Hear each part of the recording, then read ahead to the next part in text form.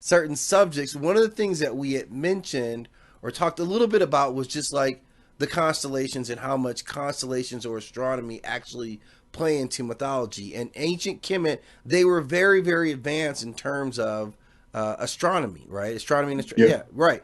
And so when it kind of sparked it when you brought up that piece about vibranium last week, and we yeah. talked about the Vega star and the Hmm. constellations for humans. The constellations are one of the most unifying entities in existence. That multiple people from all over the planet looked at the stars, identified constellations, and had ideas or concepts behind them.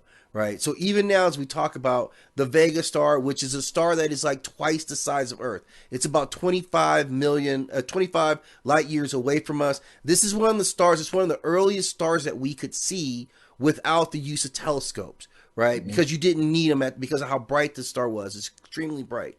And so other mythologies came from this star, right? Just like we hear that this star was always rumored to be a source of elements, right? So when you hear stories like this is where vibranium comes from, and also to the Greeks, and a lot of what the Greeks see comes from North Africa, that they saw this star as being associated with like inspiration and music, and so they saw it in that way too. What do you see in different people seeing different ideas about star systems, or how important are star systems and like total beliefs?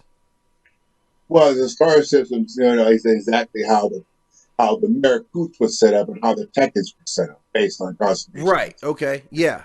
Yeah. Okay, so that's exactly one of the most important things, or earliest, okay, that we know of. Just basically looking at that perspective. Right? Yeah. If you go into the Central of Africa, it's the exact same thing. Yeah. Okay.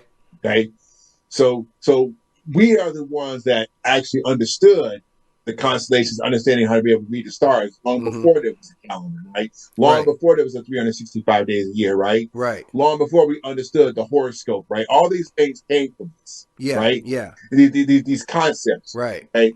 And even in the Bible, you probably know when it says the three wise men followed the stars and stuff That's like right. that. It was Yeah. like, okay, Yeah. so the constellations was very important as far as reading things, but there's no question about it.